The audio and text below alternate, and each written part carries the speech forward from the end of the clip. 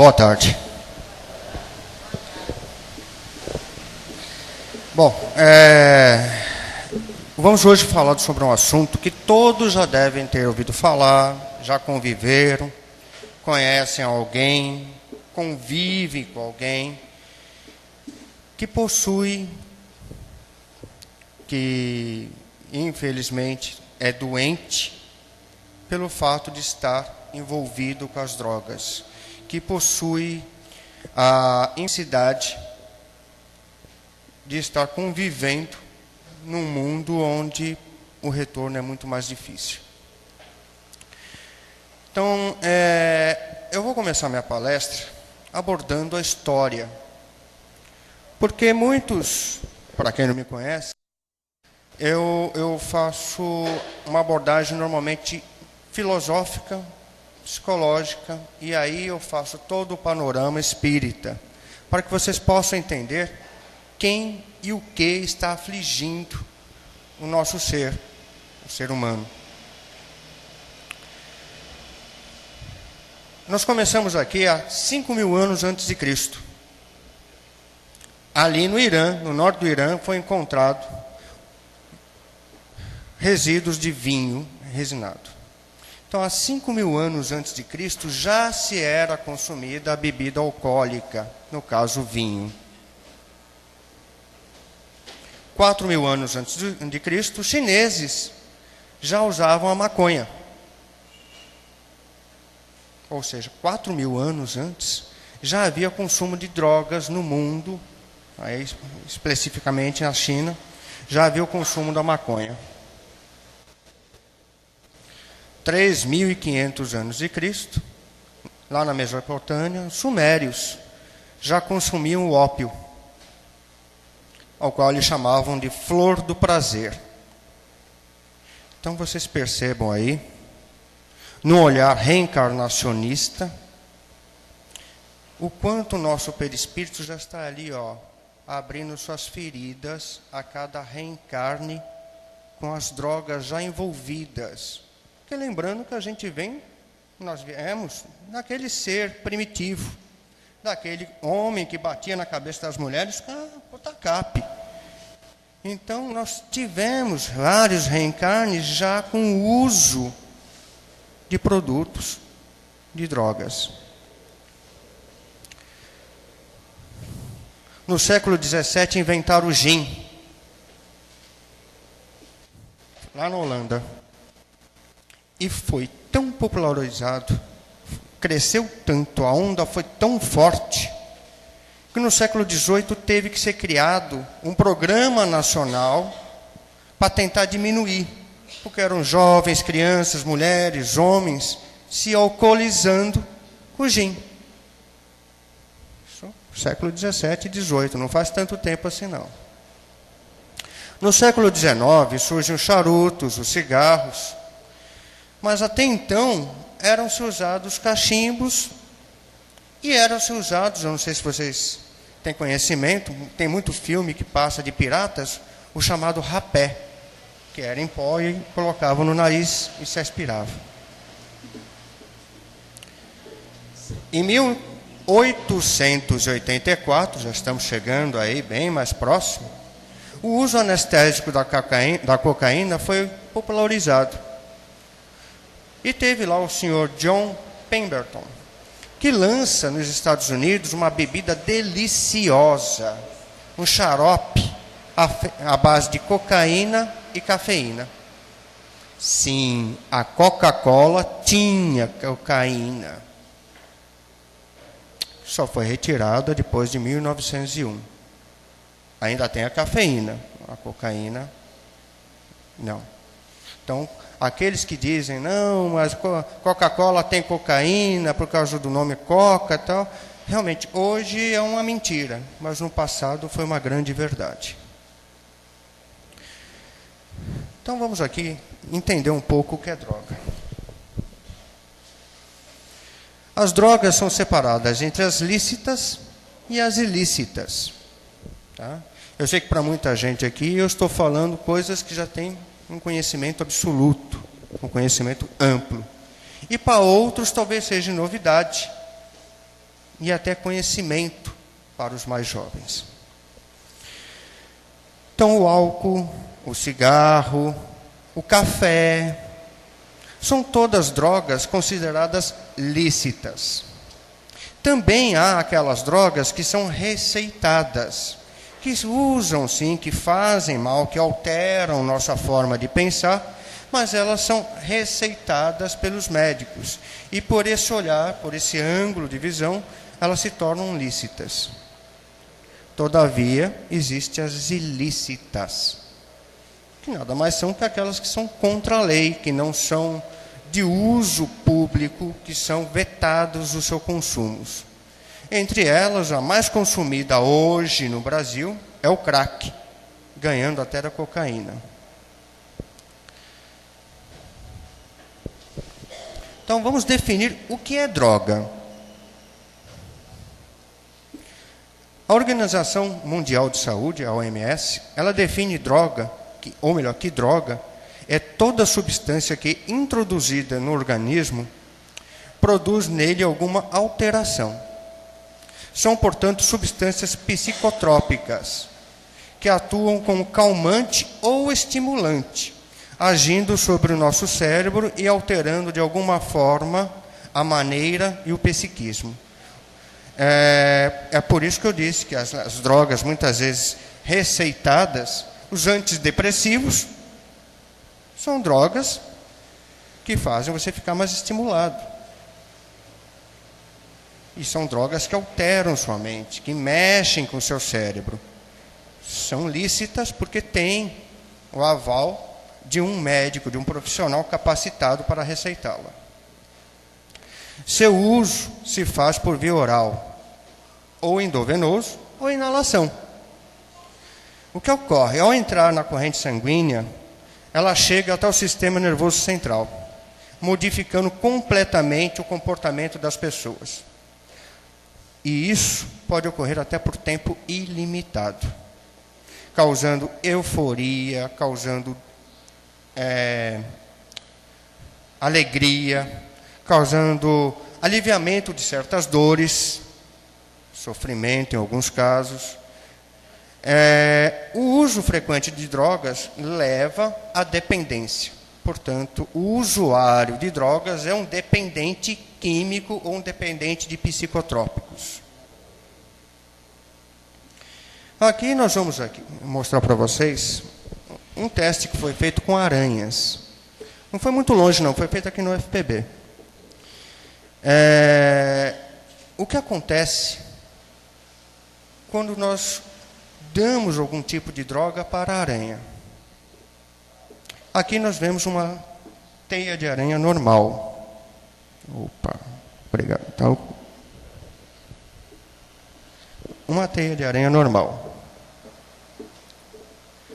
Essa é uma que foi colocada anfetamina para ela. Cafeína. Maconha. Será que altera? Isso acontece com uma aranha. E o cérebro do ser humano, que tem muito mais neurônios, muito mais complexidade entre as interligações de um lado do cérebro para o outro, os modos de pensar. Afinal de contas, o homem tem o pensamento, o discernimento, a razão. A aranha não, a aranha só age por instinto. Vamos falar a respeito de efeito de drogas. Aqui eu só coloquei como exemplo o crack, porque ele está sendo hoje o carro-chefe das drogas. Para que vocês tenham uma ideia da influência das drogas, o crack, após 12 segundos, 1, 2, 3, 4, 5, 6, 7, 8, 9, 10, 11, 12, já está no cérebro. Já está agindo em você. E esse seu estado eufórico, por assim dizer, dura aí de 5 a 15 minutos. Em alguns casos mais seletos, pode chegar aos 20. E passa. Aí quando acaba, a pessoa começa a ficar entrando em depressão. Começa a se sentir mal, melancólica. E qual é a solução para que ele volte a ficar eufórico, de bem com a vida? Uma nova dose. Começa aí o vício. É por isso que muitas vezes nós pregamos, nós ensinamos de que nem experimente. Você pode ser um daqueles em 1 milhão em que não vai viciar. Mas é uma raridade.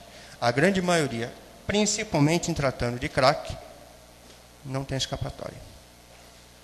Por que chama crack? Eu coloquei essa observação. Vem do inglês e significa quebrar. O nome foi colocado devido aos estalidos gerados quando as pedras são queimadas. Fica crack. É bom entender que as doenças psiquiátricas, como depressão, transtorno bipolar, transtorno obsessivo compulsivo, que se mostram presentes em 51% das pessoas, dependente de álcool e drogas. Bom, a lógica indica exatamente isso, né? Porque se depois de 15 minutos passou a euforia, a pessoa tendenciosamente ela vai começar a ficar mais depressiva. Então, era lógico ter que essa pesquisa ela foi só efetuada a fim de embasamento em pesquisas de referencial teórico, mas a gente já percebia, já sabíamos disso, né? De acordo com uma pesquisa, com 1.300 pessoas atendidas em uma unidade estadual de álcool e drogas do Hospital Lacan, em São Bernardo do Campo. Isso aqui foi publicado em 16 de agosto de 2012, tá? Então é bem recente.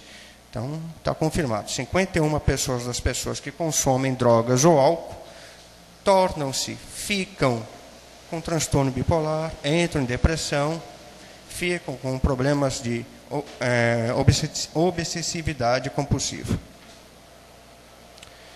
Aqui, para alguns, eu posso estar saindo fora de foco, mas eu estou completamente dentro.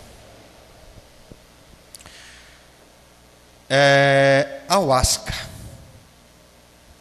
Ela é um chá, uma bebidinha esverdeada, dizem alguns que é um gosto amargo, que é muito utilizada no Santo Daime, que é uma manifestação religiosa. Tem também a União Vegetal, que é uma seita que utiliza. Lembrando que nem o Santo Daime, nem a União Vegetal são espíritas, tá? São seitas espiritualistas. Portanto, se vocês ouvirem dizer que alguém tomou isso numa casa espírita, ou é equívoco da pessoa ou é equívoco da casa. O que consiste? É uma doutrina espiritualista que tem como base o uso sacramental, ou seja, o uso contínuo em todas as suas sessões da bebida alucinógena, chamada ayahuasca, com o fim de catalisar os processos interiores, que sempre com o objetivo de cura e bem-estar do indivíduo. Ou seja, a pessoa consome esse chá para entrar em êxtase, para entrar em contato com a espiritualidade. E entram sim. Quando não é animismo, é contato. A doutrina não possui nenhum proselitismo.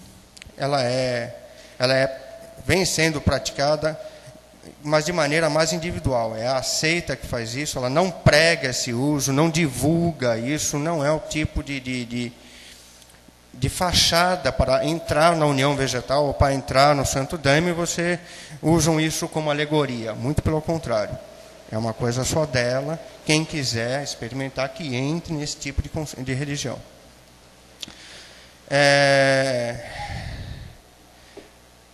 Como eu já disse aqui, é usado por autoconhecimento e internalização aos meios de se obter sabedoria.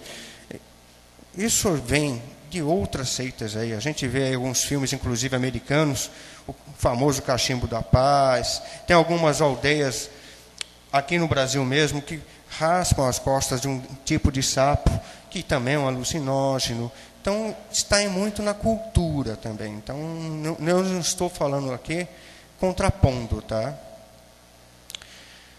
Segundo os seus adeptos, a doutrina do Santo Daime é uma missão espiritual cristã, que encaminha os seus praticantes ao perdão e à regeneração do seu ser. Isso acontece porque os daimistas, ao particular dos cultos, ao ingerir o Santo Daime, ou ayahuasca, iniciam um processo de autoconhecimento que visa corrigir os defeitos e melhorar-se sempre, para que possa um dia alcançar a perfeição.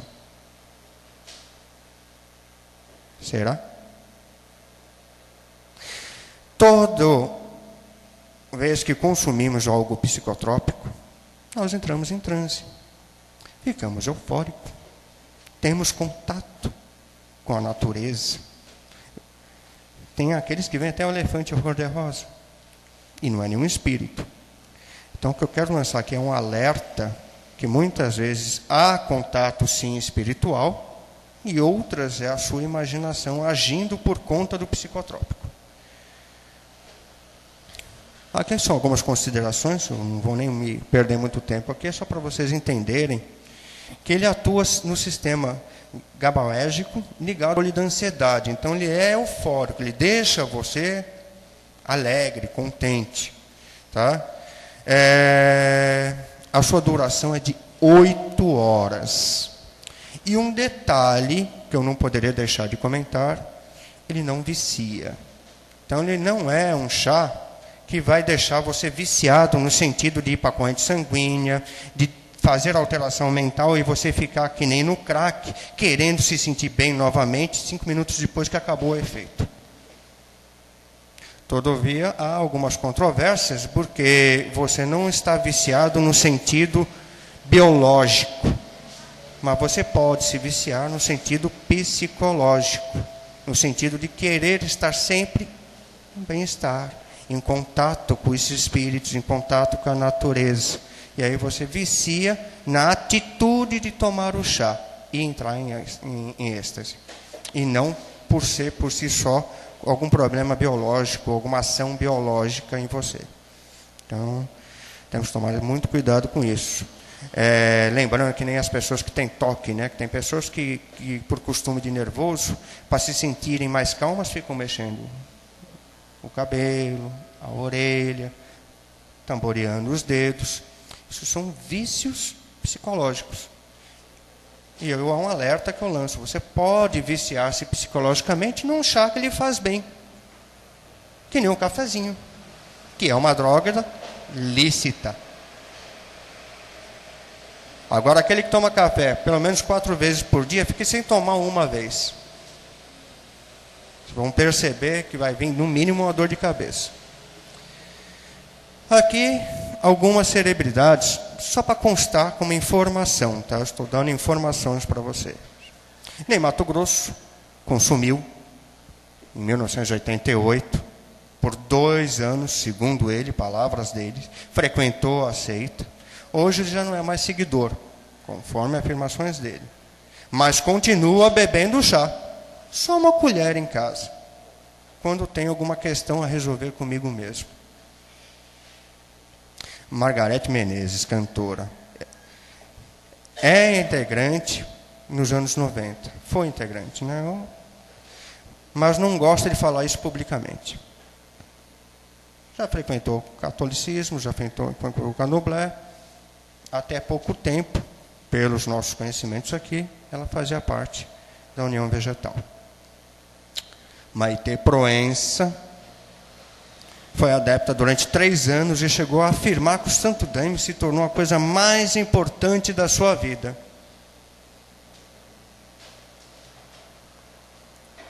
Não segue mais a doutrina, mas já disse que não descarta a hipótese de voltar a beber o chá. Eu não vou fazer muitas afirmações, porque a minha imagem é pública e esse vídeo vai para a internet, mas, com certeza, voltar a beber o chá é uma coisa que ela tem todo o direito, né? E pode estar até hoje. O cantor Sting, o astro inglês, conheceu o chá durante suas viagens à Amazônia e frequentou as reuniões do Santo Daime quando visitava o país. E ele atribuiu ao poder milagroso do chá a cura de um trauma infantil. A Lucélia Santos foi a primeira artista, isso na década de 80,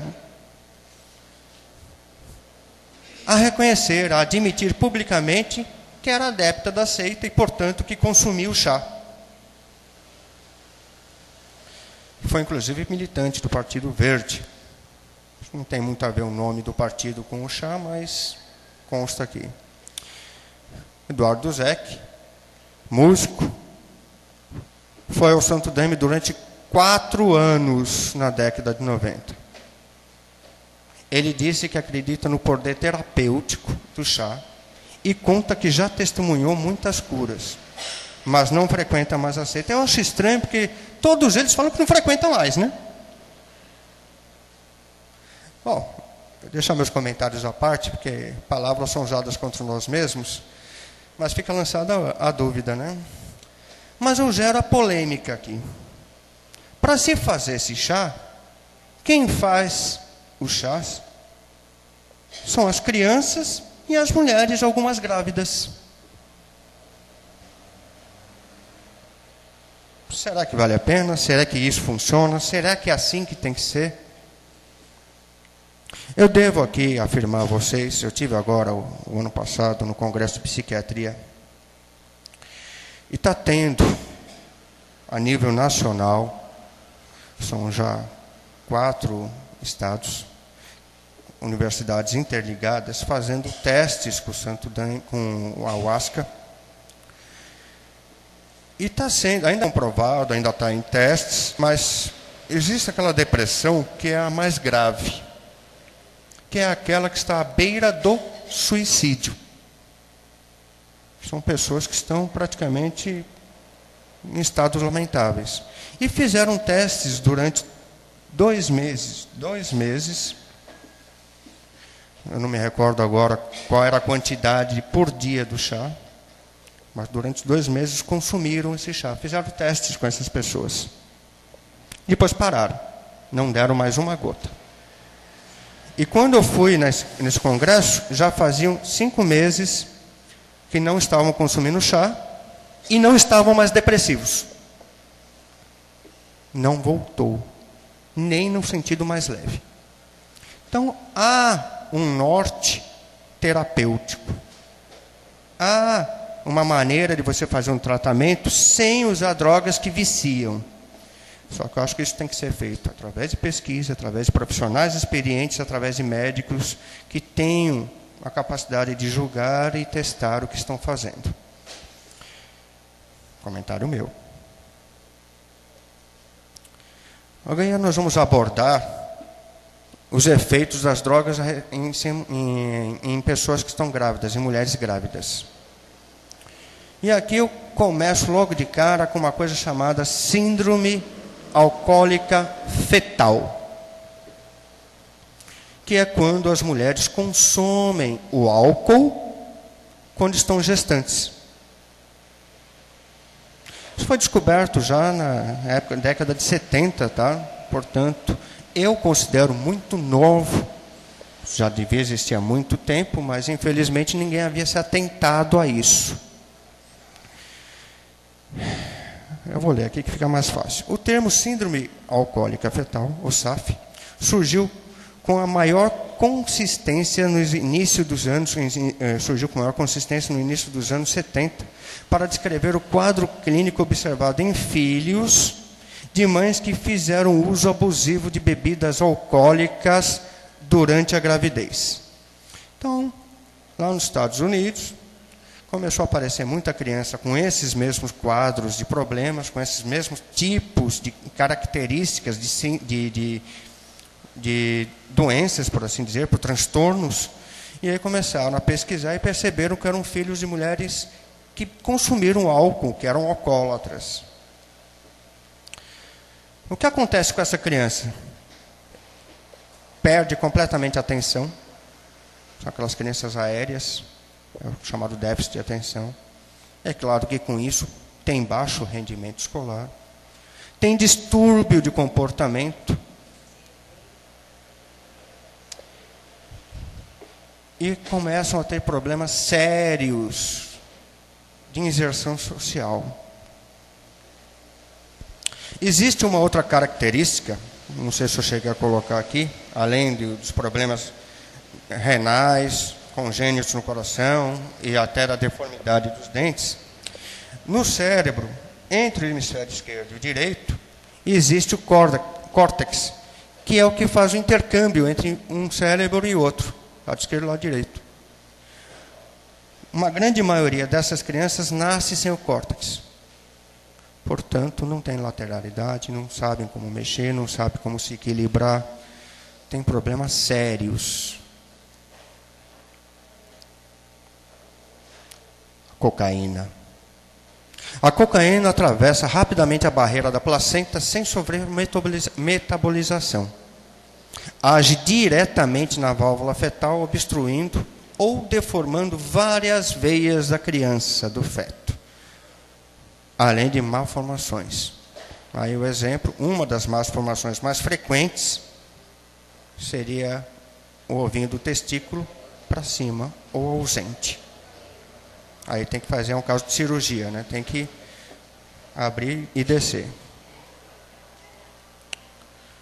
Tem problemas, provoca problemas cardiovasculares e do sistema nervoso central, portanto são crianças que vão ter problemas de ansiedade, de nervoso. Além disso, como o fluxo sanguíneo uterino não é autorregulado, a sua diminuição provoca insuficiência do útero placentário. E é lógico, a médio prazo, pode ocorrer o aborto. Então a criança nem nasce. E o tabaco, o cigarro? Esse aí, a mulher às vezes consegue até se afastar da bebida, quando não é alcoólatra de carteirinha, como dizia meu avô, mas o cigarro é mais difícil. Tá sempre aquela tragadinha, né? Chamada tragadinha depois do almoço. Os produtos derivados do cigarro, como o monóxido de carbono e a nicotina, passam assim facilmente pela placenta. E fumar no período da amamentação também é prejudicial ao bebê, pois os produtos do tabaco passam para o leite da mãe, além de ocorrer diminuição de sua produção.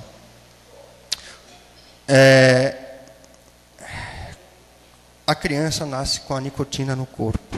Ela já nasce com predisposição ao vício, porque ela consumiu a nicotina e está com ela.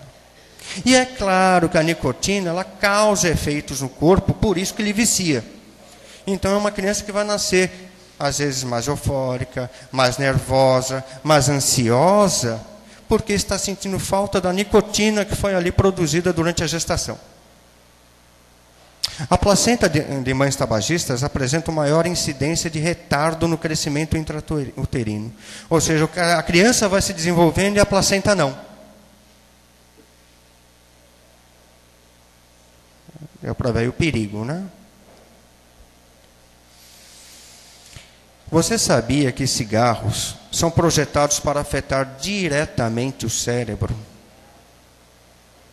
Quando os produtos químicos atingem o cérebro, a dopamina é liberada, o que faz com que as pessoas se sintam felizes e calmas, ao caso do nenê que nasceu, que eu acabei de explicar. Uma vez que você se acostumou com esse sentimento, é muito difícil você desistir. É por isso que eu falei a respeito da bebida e do cigarro no caso da mãe gestante. Ela até consegue, num esforço até sobre-humano, por assim dizer, quando ela é alcoólatra, durante a gestação, se afastar da bebida. Mas do cigarro é mais difícil. Porque a própria gravidez, por si só, gera alterações hormonais, gera um estado físico diferente, e que muitas vezes ela não gosta do que está vendo em termos de aparência, de exposição física, e causa ansiedade, e sente falta de sentir-se mais calma. E vocês veem, tanto problema, tanto anúncio. Atrás do cigarro tem esse símbolo aí, esses desenhos. A gente vai, na maioria dos locais públicos, principalmente em termos de saúde, encontramos placas desse tipo. No entanto, mesmo sendo o fumo um dos fatores de riscos mais plausíveis de suspensão e redução dos efeitos sobre o feto e o recém-nascido, somente 20% dos gestantes que fumam interrompem o tabagismo durante a gravidez. Pois é, né? Estamos vendo que tem mães e tem mães. Bom, eu vou falar aqui desse senhor, Masaru Emoto, porque eu estive falando de drogas, estive falando de álcool. Álcool, droga, a mesma coisa. E quando nós consumimos isso, nós alteramos o nosso pensamento. E se nós alteramos o nosso pensamento, nós podemos estar sendo mais agressivos. Tem pessoas que bebem e se tornam furiosas, agressivas. Tem aquele homem que quando chega em casa e vê a mulher só lavando a roupa, já é o bastante para ele bater nela. Desculpa, dá o álcool. Se ele tem toda essa agressividade, e como ele pensa dessa maneira, vamos agora analisar o poder dos pensamentos. Esse senhor Masaru Emoto, ele é um fotógrafo, ele não é cientista. Ele não é uma pessoa do ramo das ciências. Ele é um autodidata, um fotógrafo, que resolveu fazer um teste. Ele congelou cristais de água e colocou plaquinhas ali do tipo amor, paixão, outras oração, rezar, e outras ainda com a palavra ódio, raiva, e fez o teste. No primeiro teste, que era após oração, tem pessoas que passou ali, olhou a plaquinha, olhou bonitinha, nem pensou em nada. Outros pensaram a palavra oração, que bonito. Alguns pararam e oraram, rezaram. Mudou bastante. Aí ele foi verificar que estava escrito a palavra amor, paixão. Onde pessoas também passaram, leram sem desinteresse, com desinteresse, outros lembraram dos seus amores, das paixões. E aí mudou novamente. Nem dourado, agora está prateado. Mudou o formato. Aí ele quis tirar a prova. E quando se pensa com raiva, com ódio, novamente ali a garrafinha com as águas cristalizadas.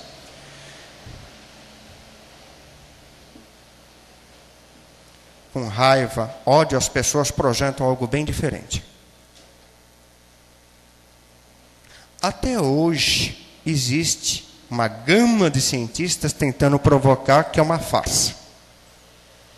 E existe uma gama querendo provar que é verdade. Até hoje não se pode provar uma coisa nem outra. Está aí o que ele disse e fotografou. É bom lembrar que o nosso amigo Dr. Masaru Emoto, ele está sendo muito contestado porque ele está vendendo uma água que ele diz o seguinte, é milagrosa. Vejam o que ele faz. Ele reúne numa mesa várias pessoas que estendem a mão sobre a água. Já viram isso em algum lugar? E ficam pensando coisas boas, coisas que ajudem o próximo, coisas harmoniosas. E depois ele fecha a garrafinha e vende a água. Índigo chama a água, ironicamente. Então, é por isso, um dos motivos que ele está sendo muito contestado é esse, que além de ele vender muitos livros com essa teoria, ele também vende uma água que, segundo ele, é uma água que lhe faz bem, porque ela foi bem harmonizada pelos pensamentos das pessoas. Isso lembra muito o passe espírita, quando está magnetizando, né? O que ele está fazendo lá, a gente já faz aqui há muito tempo. Mas tudo bem, é água fluidificada. Bom, o nosso corpo ele é envolto de uma psicosfera que absorve o pensamento dos outros e os nossos mesmos, sejam encarnados ou não. No Espiritismo, a capacidade de em atrair para si o projeto, ou projetar para os outros coisas boas ou ruins, tem o nome de psicosfera, que vem do grego e é, traduzindo, atmosfera psíquica, ou campo de radiação do perispírito, que se exterioriza em redor do corpo, do próprio organismo físico. Aqui eu peguei uma fala de Herculano Pires, para mostrar o que acontece quando aquele viciado está ali, no caso aqui do álcool, tomando sua biritinha e começando a formar seus pensamentos. Olha lá, o doutor Emato, ele fez o teste na água e alguns podem se perguntar, é na água? E aí? Bom, 70% do corpo humano é de água, viu? O globo terrestre é quase 80%. Nossos pensamentos agem com cristais. Imagina com o corpo humano, imagina com o globo terrestre. Os viciados não são apenas portadores de vícios, mas também de cargas de influências psíquicas negativas provenientes de entidades espirituais inferiores, que a eles se apegam para vampirizar-lhes as energias e as excitações do vício. Aqui é muito bem feito esse desenho, onde nós vemos os irmãos que poderiam tentar protegê-lo, mas não conseguem chegar, porque ele mesmo atrai o vampiro. É o vício. Hábito vicioso facilita a interferência de mentes desencarnadas, também viciadas, que se ligam em intercâmbio obsessivo, simples caminho de dolorosa desarmonia. Isso aqui é frase de Divaldo Franco, no livro Nos Bastidores da Obsessão, tá? Pelo espírito de Manuel de Filomeno de Miranda. Aqui ele só complementou o que o nosso amigo Herculano Pires havia dito. Os vícios acarretam vinculações perispirituais cujas consequências se projetam na vida espiritual futura. Depois que a alma se desprende do corpo físico, com a agravante de de poder ser responsável por doenças kármicas e reencarnações vindouras. Nós temos que entender o seguinte, gente. Hoje, ou no ontem, por assim dizer, como eu iniciei minha fala, a gente vem dos pré-históricos, dos selvagens. Nós viemos ali com aqueles chineses consumindo maconha e ópio. Nós viemos daqueles sumérios. Nós consumíamos vinho há 5.000 anos antes de Cristo.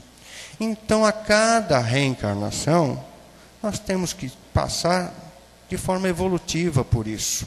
E fazer os enfrentamentos e tentar curar essas feridas que estão certas. Infelizmente, a cada reencarne, esses vícios são colocados à frente, como prova, e entramos em expiação porque não largamos.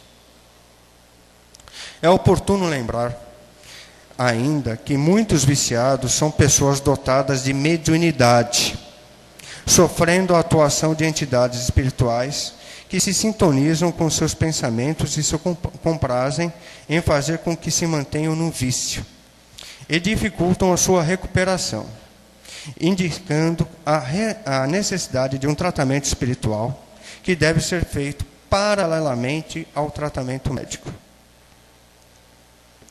Essa fala aqui eu quero deixar bem claro. Quem é viciado, quem é usuário de drogas ou qualquer outro tipo de produto que lhe altere, não basta você ir num centro espírita. Aqui não é a solução definitiva. Vocês estão encarnados, vocês estão passando por um processo físico. E o médico tem que ter participação efetiva. Você vai precisar responder por um tratamento terapêutico, tratamento às vezes até de remédios. E é claro, o tratamento de fluidoterapia é muito importante. O tratamento através de passes, da água fluidificada. Não precisa ser do japonês lá não, pode ser a nossa aqui. Mas é bom. É bom conversar, ter o atendimento espiritual no sentido amplo da palavra, mas não deixar de lado o tratamento terapêutico ou medicamentoso, se for necessário, porque a cada caso é um caso, cada pessoa tem a sua individualidade e o seu problema, seja ele psíquico ou físico. Então há necessidade. Por que eu me referi a psíquico ou físico? Existem pessoas que tomam remédio para dormir. São receitados. Mas tem efeito colateral. Então, muitas vezes, você é obrigado a parar de tomar remédio, porque está lhe atacando o estômago, está lhe atacando os rins. E aí você está viciado. Aí você tem que tomar dosagens menores, prorrogar o tempo que você está tomando. Há todo um tratamento médico em volta disso. Portanto, não é ação espiritual, não é nenhum vampiro, mas é necessária a ação, sim, da fluidoterapia, dos passes, da água fluidificada e, muito mais importante, do médico lhe acompanhando. É nesse sentido. Oi? O Evangelho de Cristo. Esse é imprescindível. Aqui eu vou adentrar um assunto, porque para nós espíritas é lógico que quem consome qualquer produto a nível de droga é um suicida em potencial. Suicidas há que continuam experimentando os padecimentos físicos da última hora terrestre em seu corpo somático indefinitivamente. A pior emoção do suicida é a de acompanhar, minuto a minuto, o processo da decomposição do corpo abandonado no seio da terra, verminado e apodrecido. Isso o grande Chico Xavier nos traz aí no Consolador, pelo Espírito de Emmanuel. A gente já viu isso aqui na Revista Espírita, tá? Agora não me recordo agora o caso, mas foi um suicida, ele se suicidou, ele se enforcou numa banheira, e o relato dele foi bem esse. Quando Kardec o entrevistou, o médium incorporado, por que você se suicidou? Mas eu não estou morto, me enterraram vivo, eu sinto o meu corpo sendo comido pelos vermes. Essa foi a fala dele.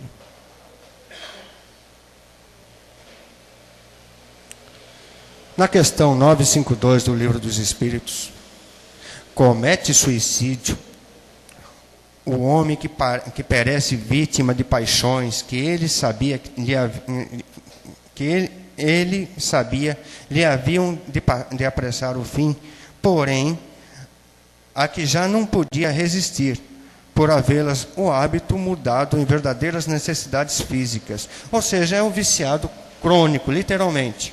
É a pessoa que sabe que está fazendo mal, sabe que está ali precisando parar, mas eu vou morrer mesmo. A resposta dos Espíritos: é um suicídio moral. Não percebeis que nesse caso o homem é duplamente culpado? Há nele então falta de coragem e bestialidade, acrescidas no esquecimento de Deus. Eu costumo dizer sempre que Kardec ele era cético e direto. E era reflexo também, né? Os espíritos eram certeiros com ele e diretos, né? É uma fala dessa.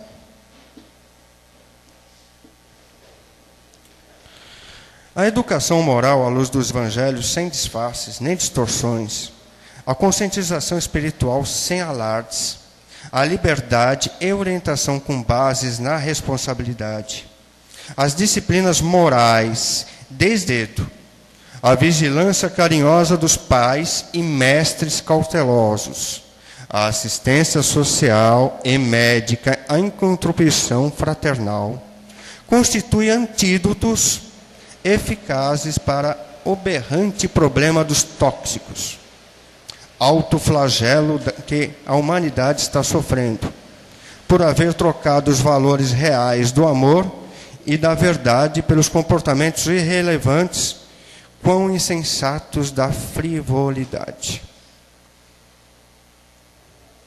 Joana de Ângeles, através da psicografia do nosso amigo Divaldo Franco, no livro Após a Tempestade. Eu acabei finalizando um pouco antes do tempo. Peço desculpas e agradeço a todos. Muito obrigado mesmo pela atenção.